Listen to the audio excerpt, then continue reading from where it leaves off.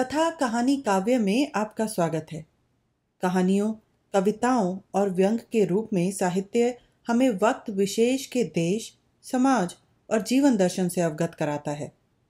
यह हमारा एक प्रयास है ऐसी रचनाओं को आवाज़ देकर आप तक पहुंचाने का। हमारे साथ जुड़िए हमारे YouTube चैनल और Facebook पेज पर। Like, share, subscribe. कथा कहानी काव्य।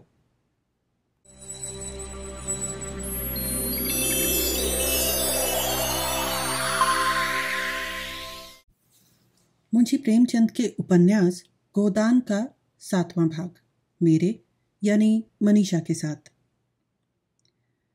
यह अभिनय जब समाप्त हुआ तो उधर रंगशाला में धनुष यज्ञ समाप्त हो चुका था और सामाजिक प्रहसन की तैयारी हो रही थी। मगर इन सज्जनों को उससे विशेष दिलचस्पी न थी। केवल मिस्टर मेहता देखने गए और आदि से अंत तक जमे रहे।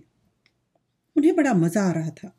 बीच बीच में तालियां बजाते थे और फिर कहो का आग्रह करके अभिनेताओं को प्रोत्साहन भी देते जाते थे।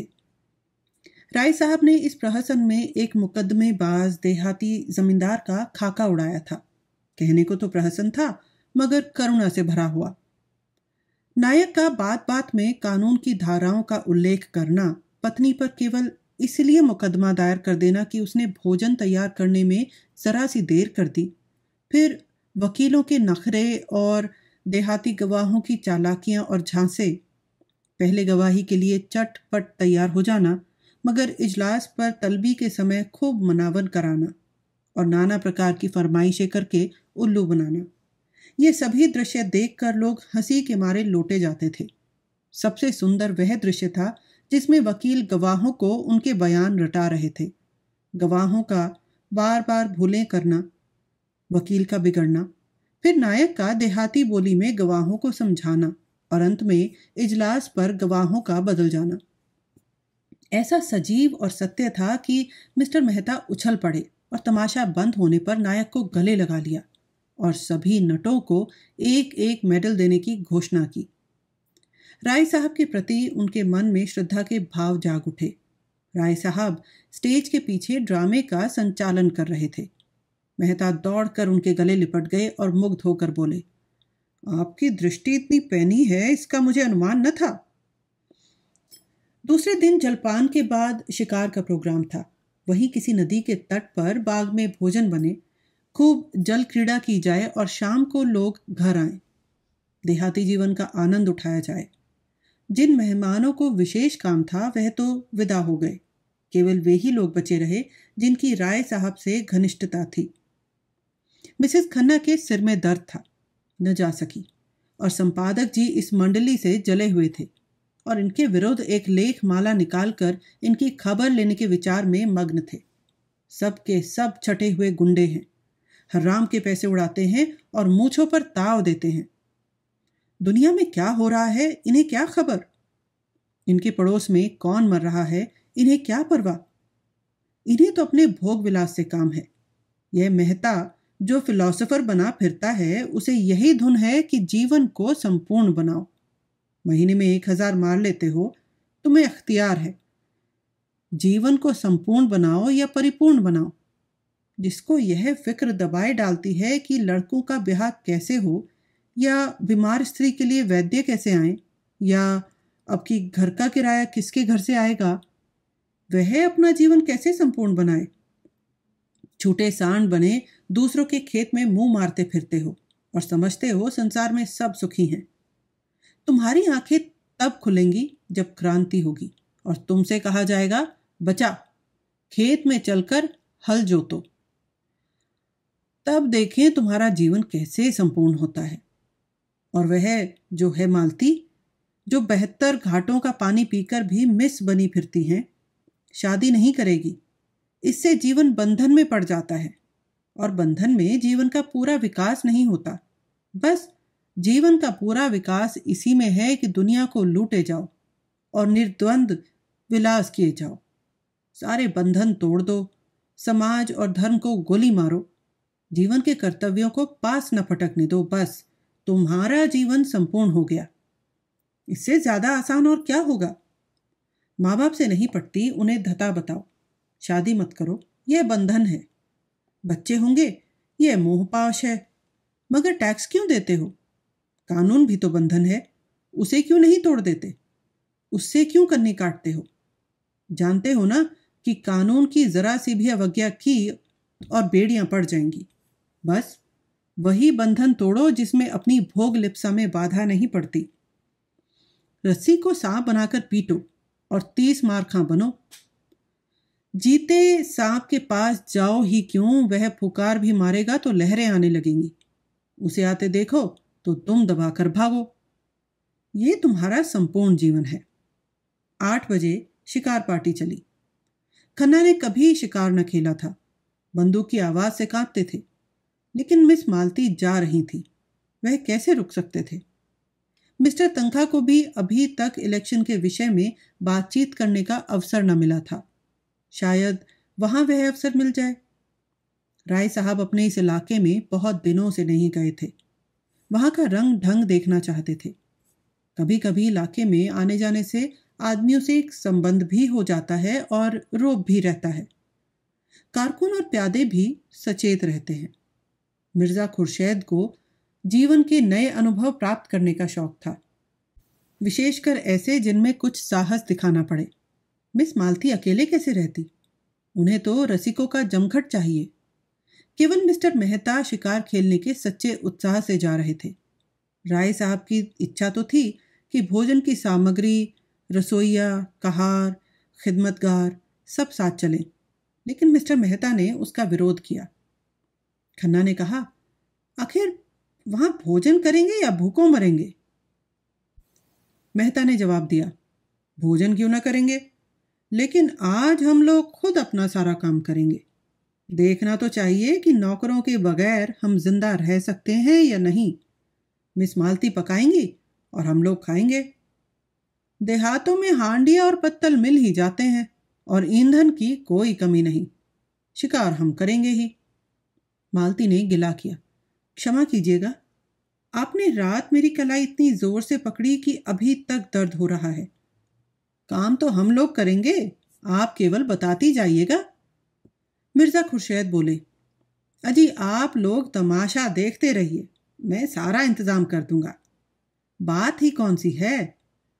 जंगल में हांडी और बर्तन ढूंढना हिमाकत है। हिरण का शिकार कीजिए, भूनिए, खाइए और वहीं दरख्त के साए में खर्राटे लीजिए। यही प्रस्ताव स्वीकृत हुआ। 2 मोटरें चली। एक मिस मालती ड्राइव कर रही थी, दूसरी खुद राय साहब। कोई 20-25 मील पर पहाड़ी प्रांत शुरू हो गया। दोनों तरफ ऊंची पर्वतमाला दौड़ी चली आ रही थी। सड़क भी पेचदार होती जाती थी। कुछ दूर की चढ़ाई के बाद एकाएक ढाल आ गया और मोटर नीचे की ओर चली। दूर से नदी का पाट नजर आया। किसी रोगी की भांति दुर्बल निस्पंद कगार पर एक घने वटवृक्ष की छां में कारें रोकती गईं और लोग उतरे। यह सलाह हुई कि 2-2 की टोली बने और शिकार खेलकर 12 बजे तक यहां आ जाएं। मिस मालती मेहता के साथ चलने को तैयार हो गई। खन्ना मन में ऐंठ कर रह गए। जिस विचार से आए थे उसमें जैसे पंचर हो गया। अगर जानते मालती दगा देगी तो घर लौट जाते। लेकिन राय साहब का साथ उतना रोचक न होते हुए भी बुरा न था। उनसे बहुत से मामले की बात करनी थी। खुर्शेद और तंखा बच रहे। उनकी टोली बनी बनाई थी। तीनों टोलियां एक एक तरफ चल दी। कुछ दूर तक पथरीली पगडिंडी पर मेहता के साथ चलने के बाद मालती ने कहा, तुम तो चले ही जाते हो, जरा दम ले लेने दो। मेहता मुस्कुराए, अभी तो हम 1 मील भी नहीं आए, अभी से थक गई? थकी नहीं, लेकिन क्यों ना जरा दम ले लो। जब तक कोई शिकार हाथ ना आए हमें आराम करने का अधिकार नहीं। मैं शिकार खेलने ना आई थी। मेहता ने अनजान बनकर कहा, अच्छा, यह मैं न जानता था। फिर क्या करने आई थी? अब तुमसे क्या बताऊं। हिरणों का एक झुंड चरता हुआ नजर आया। दोनों एक चट्टान की आड़ में छिप गए और निशाना बांध कर गोली चलाई। निशाना खाली गया। झुंड भाग निकला। मालती ने पूछा, अब? कुछ नहीं, चलो, फिर कोई शिकार मिलेगा। दोनों कुछ देर तक चुपचाप चलते रहे। फिर मालती ने जरा रुककर कहा, गर्मी के मारे बुरा हाल हो रहा है, आओ इस वृक्ष के नीचे बैठ जाएं। अभी नहीं, तुम बैठना चाहती हो तो बैठो, मैं तो नहीं बैठता। बड़े निर्दयी हो तुम, सच कहती हूं। जब तक कोई शिकार न मिल जाए मैं बैठ नहीं सकता। तब तो तुम मुझे मार ही डालोगे। अच्छा बताओ, रात तुमने मुझे इतना क्यों सताया? मुझे तुम्हारे ऊपर बड़ा क्रोध आ रहा था। याद है तुमने मुझे क्या कहा था? तुम हमारे साथ चलेगा दिलदार। मैं न जानती थी तुम इतने शरीर हो। अच्छा, सच कहना, तुम उस वक्त मुझे अपने साथ ले जाते? मेहता ने कोई जवाब न दिया, मानो सुना ही नहीं। दोनों कुछ दूर चलते रहे। एक तो जेठ की धूप, दूसरे पथरीला रास्ता। मालती थक कर बैठ गई। मेहता खड़े खड़े बोले, अच्छी बात है, तुम आराम कर लो, मैं यहीं आ जाऊंगा। मुझे अकेले छोड़कर चले जाओगे? मैं जानता हूं तुम अपनी रक्षा कर सकती हो। कैसे जानते हो? नए युग की देवियों की यही सिफत है, वह मर्द का आश्रय नहीं चाहती, उससे कंधा मिलाकर चलना चाहती हैं। मालती ने झेपते हुए कहा, तुम कोरे फिलोसोफर हो मेहता, सच। सामने वृक्ष पर एक मोर बैठा हुआ था। मेहता ने निशाना साधा और बंदूक चलाई। मोर उड़ गया। मालती प्रसन्न होकर बोली, बहुत अच्छा हुआ, मेरा शाप पड़ा। मेहता ने बंदूक कंधे पर रखकर कहा, तुमने मुझे नहीं अपने आप को शाप दिया। शिकार मिल जाता तो मैं तुम्हें 10 मिनट की मोहलत देता, अब तो तुमको फौरन चलना पड़ेगा। मालती उठकर मेहता का हाथ पकड़ती हुई बोली, फिलोसोफरों के शायद हृदय नहीं होता। तुमने अच्छा किया विवाह नहीं किया, उस गरीब को मार ही डालते, मगर मैं यूं न छोड़ूंगी। तुम मुझे छोड़कर नहीं जा सकते। मेहता ने एक झटके से हाथ छुड़ा लिया और आगे बढ़े। मालती सजल नेत्र होकर बोली, मैं कहती हूं मत जाओ, नहीं मैं इसी चट्टान पर सिर पटक दूंगी। मेहता ने तेजी से कदम बढ़ाए। मालती उन्हें देखती रही। जब वह 20 कदम निकल गए तो झुंझला कर उठी और उनके पीछे दौड़ी। अकेले विश्राम करने में कोई आनंद न था। समीप आकर बोली, मैं तुम्हें इतना पशु न समझती थी। मैं जो हिरण मारूंगा उसकी खाल तुम्हें भेंट करूंगा। खाल जाए भाड़ में, मैं अब तुमसे बात न करूंगी। कहीं हम लोगों के हाथ कुछ न लगा और दूसरों ने अच्छे शिकार मारे तो मुझे बड़ी झेप होगी। एक चौड़ा नाला मुंह फैलाए बीच में खड़ा था। बीच की चट्टानें उसके दांतों से लगती थी। धार में इतना वेग था कि लहरें उछली पड़ती थी। सूर्य मध्याह्न पर आ पहुंचा था और उसकी प्यासी किरणें जल में क्रीड़ा कर रही थी। मालती ने प्रसन्न होकर कहा, अब तो लौटना पड़ेगा। क्यों? उस पार चलेंगे, यही तो शिकार मिलेंगे। धारा में कितना वेग है, मैं तो बह जाऊंगी। अच्छी बात है, तुम यहां बैठो, मैं जाता हूं। हाँ, आप जाइए, मुझे अपनी जान से बैर नहीं है। मेहता ने पानी में कदम रखा और पांव साधते हुए चले। ज्यों ज्यों आगे जाते थे पानी गहरा होता जाता था, यहां तक कि छाती तक आ गया। मालती अधीर हो उठी। शंका से मन चंचल हो उठा। ऐसी विकलता तो उसे कभी न होती थी। ऊंचे स्वर में बोली, पानी गहरा है, ठहर जाओ, मैं भी आती हूं। नहीं नहीं, तुम फिसल जाओगी, धार तेज है। कोई हर्ज नहीं, मैं आ रही हूं, आगे ना बढ़ना, खबरदार। मालती साड़ी ऊपर चढ़ाकर नाले में बैठी, मगर 10 हाथ आते आते पानी उसकी कमर तक आ गया। मेहता घबराए, दोनों हाथ से उसे लौट जाने को कहते हुए बोले, तुम यहां मत आओ मालती, यहां तुम्हारी गर्दन तक पानी है। मालती ने एक कदम और आगे बढ़कर कहा, होने दो, तुम्हारी यही इच्छा है कि मैं मर जाऊं तो मैं तुम्हारे पास ही मरूंगी। मालती पेट तक पानी में थी। धार इतनी तेज थी कि मालूम होता था कि कदम उखड़ा। मेहता लौट पड़े और मालती को एक हाथ से पकड़ लिया। मालती ने नशीली आंखों में रोष भरकर कहा, मैंने तुम्हारे जैसे बेदर्द आदमी कभी न देखा था, बिल्कुल पत्थर हो। खैर, आज सता लो जितना सताते बने, मैं भी कभी समझूंगी। मालती के पांव उखड़ते हुए मालूम हुए। वह बंदूक संभालती हुई उनसे चिमट गई।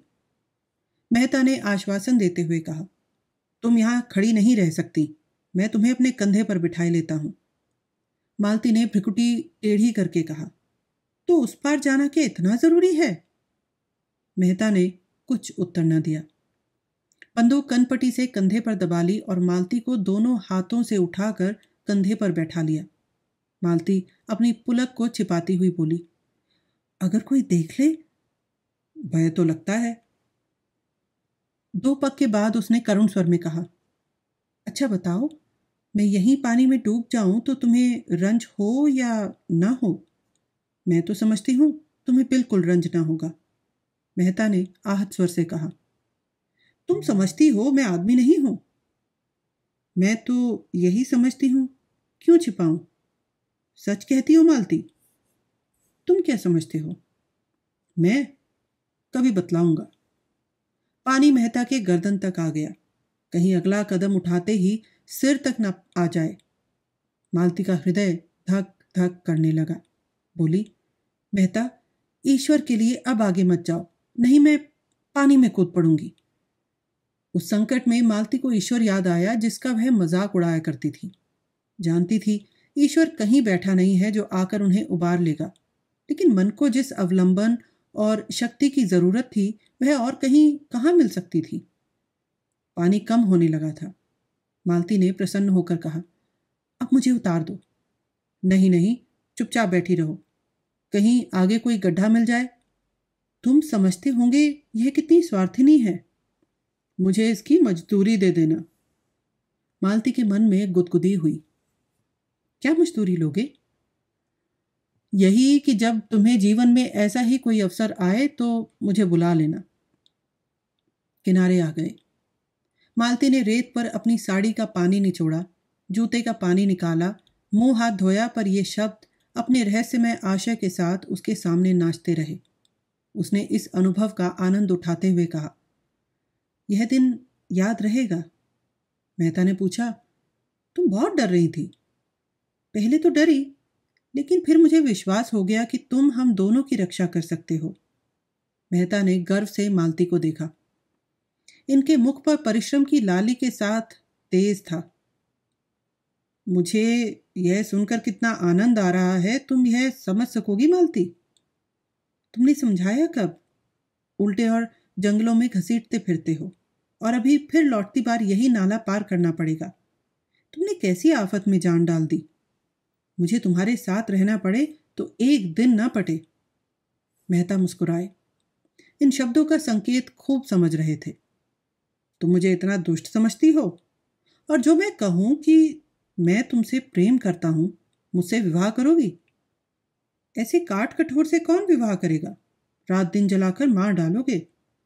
और मधुर नेत्रों से देखा, मानो कह रही हो, इसका आशय तुम खूब समझते हो, इतने बुद्धू नहीं हो।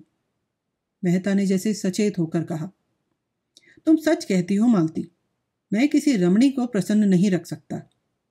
मुझसे कोई स्त्री प्रेम का स्वांग नहीं कर सकती। मैं इसके अंतःस्थल तक पहुंच जाऊंगा, फिर मुझे उससे अरुचि हो जाएगी। मालती कांप उठी। इन शब्दों में कितना सत्य था। उसने पूछा, बताओ, तुम कैसे प्रेम से संतुष्ट होंगे? बस यही कि जो मन में हो वही मुख पर हो। मेरे लिए रंग, रूप और हाव भाव और नाजो अंदाज का मूल्य इतना ही है जितना होना चाहिए। मैं वह भोजन चाहता हूं जिसमें आत्मा की तृप्ति हो। उत्तेजक और शोषक पदार्थों की मुझे जरूरत नहीं। मालती ने होठ सिकोड़कर ऊपर सांस खींचते हुए कहा, तुमसे कोई पेश ना पाएगा, एक ही घाघ हो। अच्छा बताओ, मेरे विषय में तुम्हारा क्या ख्याल है? मेहता ने नटखटपन से मुस्कुराकर कहा, तुम सब कुछ कर सकती हो।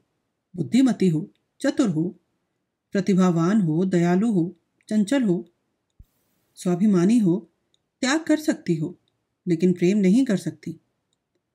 मालती ने पैनी दृष्टि से ताककर कहा, झूठे हो तुम, बिल्कुल झूठे। मुझे तुम्हारा यह दावा निस्सार मालूम होता है कि तुम नारी हृदय तक पहुंच जाते हो। दोनों नाले के किनारे किनारे चले जा रहे थे। 12 बज चुके थे। पर अब मालती को न विश्राम की इच्छा थी न लौटने की। आज के संभाषण में उसे एक ऐसा आनंद आ रहा था जो उसके लिए बिल्कुल नया था। उसने कितने ही विद्वानों और नेताओं को एक मुस्कान में, एक चितवन में, एक रसीले वाक्य में उल्लू बनाकर छोड़ दिया था। ऐसी बालू की दीवार पर वह अपने जीवन का आधार नहीं रख सकती थी। आज उसे वह कठोर, ठोस, पत्थर सी भूमि मिल गई थी जो फावड़ों से चिंगारियां निकाल रही थी और उसकी कठोरता उसे उत्तरोत्तर मोह लेती थी। धाए की आवाज हुई। एक लाल सर नाले पर उड़ा जा रहा था। मेहता ने निशाना मारा। चिड़िया चोट खाकर भी कुछ दूर उड़ी, फिर बीच धार में गिर पड़ी और लहरों के साथ बहने लगी। अभी जाकर लाता हूं, जाती कहाँ है? यह कहने के साथ वह रेत में दौड़े और बंदूक किनारे पर रख गड़ाप से पानी में कूद पड़े और बहाव की ओर तैरने लगे। मगर आध मील पर पूरा जोर लगाने पर भी चिड़िया न पा सके। चिड़िया मरकर भी जैसे उड़ी जा रही थी। सहसा उन्होंने देखा एक युवती किनारे की एक झोपड़ी से निकली। चिड़िया को बहते देखकर साड़ी को जांघों तक चढ़ाया और पानी में घुस पड़ी। एक क्षण में उसने चिड़िया पकड़ ली और मेहता को दिखाती हुई बोली, पानी से निकल जाओ बाबूजी, तुम्हारी चिड़िया यह है। मेहता युवती की चपलता और साहस देखकर मुग्ध हो गए। तुरंत किनारे की ओर हाथ चलाए और 2 मिनट में युवती के पास जा खड़े हुए। युवती का रंग था तो काला और वह भी गहरा, कपड़े बहुत ही मैले और फूहड़, आभूषण के नाम पर केवल हाथों में 2 मोटी चूड़ियां, सिर के बाल उलझे अलग अलग। मुखमंडल का कोई ऐसा भाग नहीं जिसे सुंदर या सुघड़ कहा जा सके, लेकिन उस स्वच्छ निर्मल जलवायु ने उसके कालेपन में ऐसा लावण्य भर दिया था और प्रकृति की गोद में पलकर उसके अंग इतने सुडौल, सुगठित और स्वच्छंद हो गए थे कि यौवन का चित्र खींचने के लिए उससे सुंदर कोई रूप न मिलता था। उसका सबल स्वास्थ्य जैसे मेहता के मन में बल और तेज भर रहा था। मेहता ने उसे धन्यवाद देते हुए कहा, तुम बड़े मौके से पहुंच गई, नहीं मुझे न जाने कितनी दूर तैरना पड़ता। युवती ने प्रसन्नता से कहा, मैंने तुम्हें तैरते आते देखा तो दौड़ी। शिकार खेलने आए होंगे? हाँ, आए तो थे शिकार ही खेलने, मगर दोपहर हो गया और यही चिड़िया मिली है। तेंदुआ मारना चाहो तो मैं उसका ठौर दिखा दूं। रात को यहाँ रोज पानी पीने आता है, कभी कभी दोपहर में भी आ जाता है। फिर जरा सकुचाकर सिर झुकाई बोली, उसकी खाल हमें देनी पड़ेगी। चलो मेरे द्वार पर, वहां पीपल की छाया है। यहां धूप में कब तक खड़े रहोगे? कपड़े भी तो गीले हो गए हैं। मेहता ने उसकी दहेज से चिपकी हुई गीली साड़ी की ओर देखकर कहा, तुम्हारे कपड़े भी तो गीले हैं। उसने लापरवाही से कहा, हाँ, हमारा क्या, हम तो जंगल के हैं, दिन दिन भर धूप और पानी में खड़े रहते हैं, तुम थोड़े ही रह सकते हो। लड़की कितनी समझदार है और बिल्कुल गंवार। तुम खाल लेकर क्या करोगी? हमारे दादा बाजार में बेचते हैं, यही तो हमारा काम है। लेकिन दोपहरी यहां काटे तो तुम खिलाओगी क्या? युवती ने लजाते हुए कहा, तुम्हारे खाने लायक हमारे घर में क्या है? मक्के की रोटियां खाओ जो धरी हैं, चिड़िए का सालन पका दूंगी, तुम बताते जाना जैसे बनाना हो। थोड़ा सा दूध भी है। हमारी गैया को एक बार तेंदुए ने घेरा था, उसे सींगों से भगा कर भाग आई, तब से तेंदुआ उससे डरता है। लेकिन मैं अकेला नहीं हूं, मेरे साथ एक औरत भी है। तुम्हारी घरवाली होगी? नहीं, घरवाली तो अभी नहीं है, जान पहचान की है। तुम्हें दौड़कर उनको बुला लाती हूं, तुम चलकर छांव में बैठो। नहीं नहीं, मैं बुला लाता हूं। तुम थक गए होंगे, शहर का रहिया जंगल में काहे आते होंगे, हम तो जंगली आदमी हैं, किनारे ही तो खड़ी होंगी। जब तक मेहता कुछ बोले वह हवा हो गई। मेहता ऊपर चढ़कर पीपल की छांव में बैठे। इस स्वच्छंद जीवन से उनके मन में अनुराग उत्पन्न हुआ। सामने की पर्वतमाला दर्शन तत्व की भांति अगम्य और अत्यंत फैली हुई, मानो ज्ञान का विस्तार कर रही हो, मानो आत्मा उस ज्ञान को, उस प्रकाश को, उस अगम्यता को उसके प्रत्यक्ष विराट रूप में देख रही हो। दूर के एक बहुत ऊंचे शिखर पर एक छोटा सा मंदिर था जो उस अगम्यता में बुद्धि की भांति ऊंचा, पर खोया हुआ सा खड़ा था, मानो वहां तक पर मारकर पक्षी विश्राम लेना चाहता है और कहीं स्थान नहीं पाता। मेहता इन्हीं विचारों में डूबे हुए थे कि युवती मिस मालती को साथ लिया पहुंची। एक वन पुष्प की भांति धूप में खुली हुई, दूसरी गमले के फूल की भांति धूप में मुरझाई और निर्जीव। मालती ने बेदिली के साथ कहा, पीपल की छांव बहुत अच्छी लग रही है क्या? और यहाँ भूख के मारे प्राण निकले जा रहे हैं। युवती ने 2 बड़े बड़े मटके उठाए और बोली, तुम जब तक यहाँ बैठो मैं अब भी दौड़कर पानी लाती हूँ, फिर चूल्हा जला दूंगी और मेरे हाथ का खाओ तो मैं एक क्षण में बोटियां सेक दूंगी, नहीं अपने आप सेक लेना। हाँ, गेहूं का आटा मेरे घर में नहीं है और यहाँ कहीं कोई दुकान भी नहीं है कि ला दूं। मालती को मेहता पर क्रोध आ रहा था। बोली, तुम यहाँ क्यों आकर पड़ रहे? मेहता ने चिढ़ाते हुए कहा, एक दिन जरा इस जीवन का भी आनंद तो उठाओ। देखो मक्के की रोटियों में कितना स्वाद है। मुझसे मक्के की रोटियां खाई ही न जाएंगी और किसी तरह निकल भी जाऊं तो हजम न होंगी। तुम्हारे साथ आकर मैं बहुत पछता रही हूं। रास्ते भर दौड़ा के मार डाला और अब यहां लाकर पटक दिया। मेहता ने कपड़े उतार दिए थे और केवल एक नीला जांघिया पहने हुए बैठे थे। युवती को मटके ले जाते देखा तो उसके हाथ से मटके छीन लिए और कुएं पर पानी भरने चले। दर्शन के गहरे अध्ययन में भी उन्होंने अपने स्वास्थ्य की रक्षा की थी। दोनों मटके लेकर चलते हुए उनकी मांसल भुजाएं और चौड़ी छाती और मछलीदार जांघें किसी यूनानी प्रतिमा के सुगठित अंगों की भांति उनके पुरुषार्थ का परिचय दे रही थी। युवती उन्हें पानी खींचते हुए अनुराग भरी आंखों से देख रही थी। वह अब उनकी दया के पात्र नहीं, श्रद्धा के पात्र हो गए थे। कुआं बहुत गहरा था, कोई 60 हाथ। मटके भारी थे और मेहता कसरत का अभ्यास करते रहने पर भी एक मटका खींचते खींचते शिथिल हो गए। युवती ने दौड़कर उनके हाथ से रस्सी छीन ली और बोली, तुमसे ना खींचेगा, तुम जाकर खाट पर बैठो, मैं खींचे लेती हूं। मेहता अपने पुरुषत्व का यह अपमान न सह सके। रस्सी उसके हाथ से फिर ले ली और जोर मारकर एक क्षण में दूसरा मटका भी खींच लिया और दोनों हाथों में दोनों मटके लिए आकर झोपड़ी के द्वार पर खड़े हो गए। युवती ने चटपट आग जलाई, लालसर के पंख झुलस डाले, छुरे से उसकी बोटियां बनाई और चूल्हे में आग जलाकर मांस चढ़ा दिया और चूल्हे के दूसरे एले पर कढ़ाई में दूध उबालने लगी। और मालती भौहें चढ़ाए खाट पर खिन्न मन पड़ी इस तरह यह दृश्य देख रही थी मानो उसके ऑपरेशन की तैयारी हो रही हो। मेहता झोपड़ी के द्वार पर खड़े होकर युवती के गृह कौशल को अनुरक्त नेत्रों से देखते हुए बोले, मुझे भी तो कोई काम बताओ, मैं क्या करूं? युवती ने मीठी झिड़की के साथ कहा, तुम्हें कुछ नहीं करना है, जाकर बाई के पास बैठो, बेचारी बहुत भूखी है। दूध गर्म हुआ जाता है, उसे पिला देना। उसने घड़े से आटा निकाला और गूंदने लगी। मेहता उसके अंगों का विलास देखने लगे। युवती भी रह रहकर उन्हें कनखियों से देखकर अपना काम करने लगती थी। मालती ने पुकारा, तुम वहां क्या खड़े हो? मेरे सिर में जोर का दर्द हो रहा है। आधा सिर ऐसा फटा पड़ता है जैसे गिर जाएगा। मेहता ने आकर कहा, मालूम होता है धूप लग गई है। मैं क्या जानती थी तुम मुझे मार डालने के लिए यहां ला रहे हो। तुम्हारे साथ कोई दवा भी तो नहीं है। क्या मैं किसी मरीज को देखने आ रही थी जो दवा लेकर चलती? मेरा एक दवाओं का बक्स है, वह सेमरी में है। उफ, सिर फटा जाता है। मेहता ने उसके सर की ओर जमीन पर बैठकर धीरे धीरे उसका सिर सहलाना शुरू किया। मालती ने आंखें बंद कर ली। युवती हाथों में आटा भरे, सिर के बाल बिखेरे, आंखें धुएं से लाल और सजल, सारी देह पसीने में तर, जिससे उसका उभरा हुआ वक्ष साफ झलक रहा था, आकर खड़ी हो गई और मालती को आंखें बंद किए पड़ी देखकर बोली, बाई को क्या हो गया है? मेहता बोले, सिर में बड़ा दर्द है। पूरे सिर में कि आधे में? आधे में बतलाती हैं।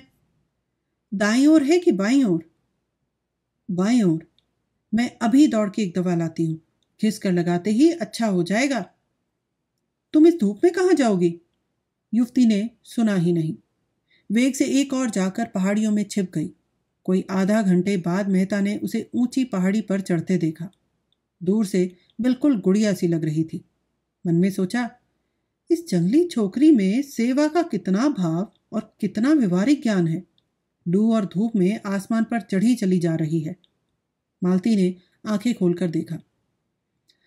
कहाँ गई वह कलोटी? गजब की काली है, जैसे आबनूस का कुंदा हो। इसे भेज दो, राय साहब से कह आए कार यहाँ भेज दें। इस तपिश में मेरा दम निकल जाएगा। कोई दवा लेने गई है, कहती है उससे आधा सीसी का दर्द बहुत जल्द आराम हो जाता है। इनकी दवाएं इन्हीं को फायदा करती हैं, मुझे ना करेंगी। तुम तो इस छोकरी पर लट्टू हो गए हो। कितने छिछोरे हो, जैसी रूह वैसे फरिश्ते। मेहता को कटु सत्य कहने में संकोच ना होता था। कुछ बातें तो उसमें ऐसी हैं कि अगर तुम में होती तो तुम सचमुच देवी हो जाती। उसकी खूबियां उसे मुबारक, मुझे देवी बनने की चाह नहीं है। तुम्हारी इच्छा हो तो मैं जाकर कार ले आऊं। यद्यपि कार यहां आ भी सकेगी, मैं नहीं कह सकता। उस कलूटी को क्यों नहीं भेज देते? वह तो दवा लेने गई है, फिर भोजन पकाएगी। तो आज आप उसके मेहमान हैं। शायद रात को भी यहीं रहने का विचार होगा। रात को शिकार भी तो अच्छा मिलते हैं। मेहता ने इस आक्षेप से चिढ़कर कहा। उस युवती के प्रति मेरे मन में जो प्रेम और श्रद्धा है वह ऐसी है कि अगर मैं उसकी ओर वासना से देखूं तो आंखें फूट जाएं। मैं अपने किसी घनिष्ठ मित्र के लिए भी इस धूप और लू में उस ऊंची पहाड़ी पर न जाता। और हम केवल घड़ी भर के मेहमान हैं, यह वह जानती है। वह किसी गरीब औरत के लिए भी इसी तत्परता से दौड़ी जाएगी। मैं विश्व बंधुत्व और विश्व प्रेम पर केवल लेख लिख सकता हूँ, केवल भाषण दे सकता हूँ। वह उस प्रेम और त्याग का व्यवहार कर सकती है। कहने से करना कहीं कठिन है, इसे तुम भी जानती हो। मालती ने उपहास भाव से कहा। बस बस, वह देवी है, मैं मान गई। उसके वक्ष में उभार है, नितंबों में भारीपन है। देवी होने के लिए और क्या चाहिए? मेहता तिलमिला उठे, तुरंत उठे और कपड़े पहने जो सूख गए थे, बंदूक उठाई और चलने को तैयार हुए। मालती ने फुंकार मारी। तुम नहीं जा सकते मुझे अकेली छोड़कर। तब कौन जाएगा? वही तुम्हारी देवी। मेहता हत बुद्धि से खड़े थे। नारी पुरुष पर कितनी आसानी से विजय पा सकती है, इसका आज उन्हें जीवन में पहला अनुभव हुआ। वह दौड़ी हाँफती चली आ रही थी। वही कलूटी युवती हाथ में एक झाड़ लिए।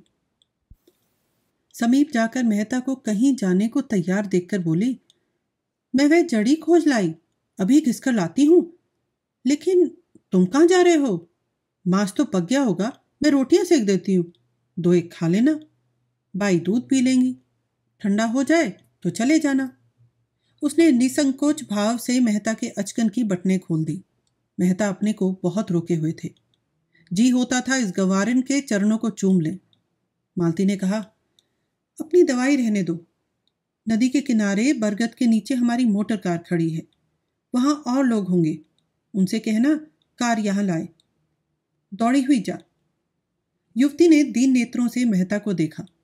इतनी मेहनत से बूटी लाई और उसका यह अनादर। इस गवारिन की दवा इन्हें नहीं जची तो ना सही, उसका मन रखने को जरा सी लगवा लेती तो क्या होता। उसने बूटी जमीन पर रखकर पूछा, तब तक तो चूल्हा ठंडा हो जाएगा बाई जी। कहो तो रोटियां सेक कर रख दूं, बाबूजी खाना खा ले, तुम दूध पी लो और दोनों जने आराम करो। तब तक मैं मोटर वाले को बुला लाऊंगी। वह झोपड़ी में गई, बुझी हुई आग फिर जलाई। देखा तो मांस उबल गया था, कुछ जल भी गया था। जल्दी जल्दी रोटियां सेकी, दूध गर्म था, उसे ठंडा किया और एक कटोरे में मालती के पास लाई। मालती ने कटोरे के भेपन पर मुंह बनाया, लेकिन दूध त्याग न सकी। मेहता झोपड़ी के द्वार पर बैठकर एक थाली में मांस और रोटियां खाने लगे। युवती खड़ी पंखा झल रही थी। मालती ने युवती से कहा, उन्हें खाने दे, कहीं भागे नहीं जाते हैं, तू जाकर गाड़ी ला।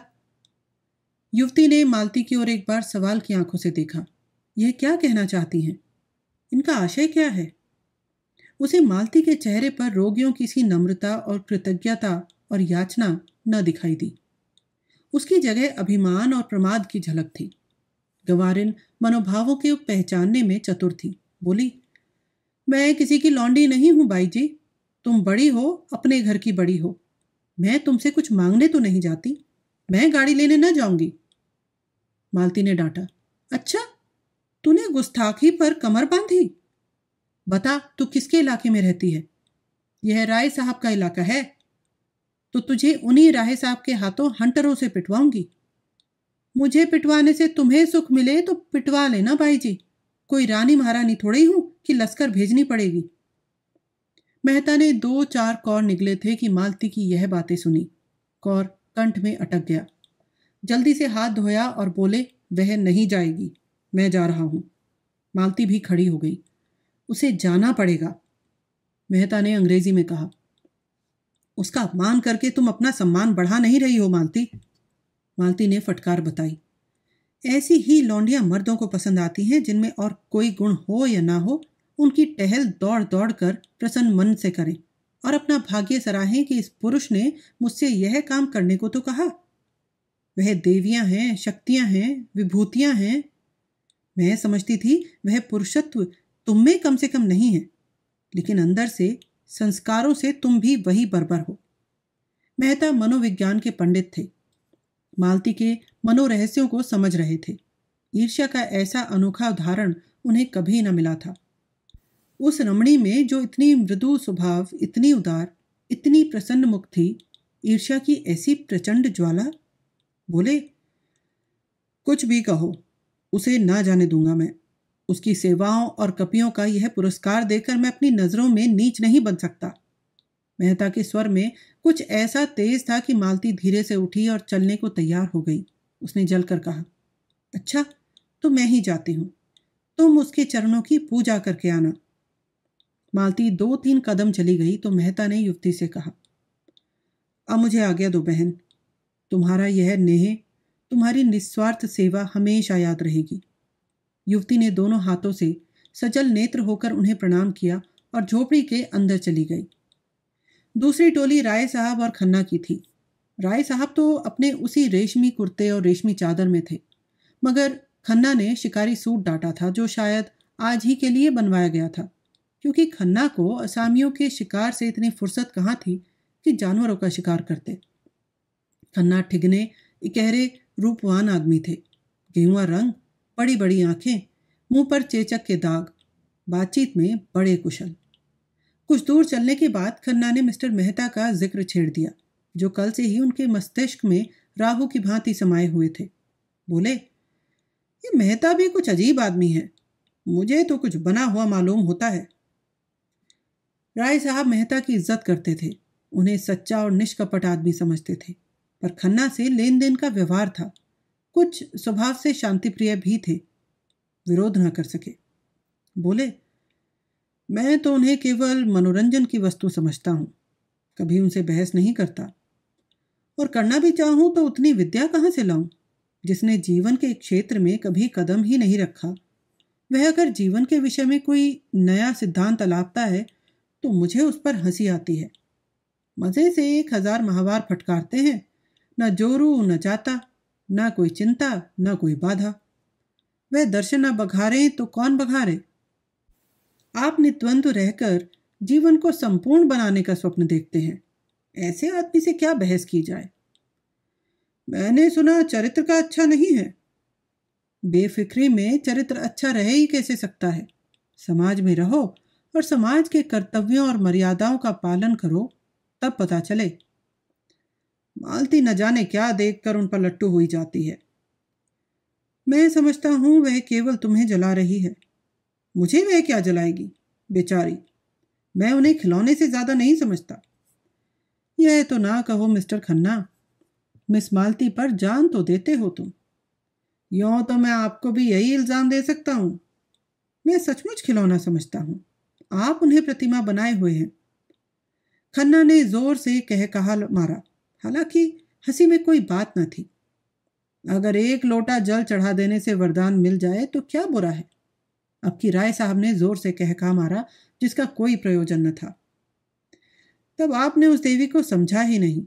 आप जितनी ही उसकी पूजा करेंगे उतना ही वह आपसे दूर भागेगी, जितना ही दूर भगाइएगा उतना ही आपकी ओर दौड़ेगी। तब तो उन्हें आपकी ओर दौड़ना चाहिए था।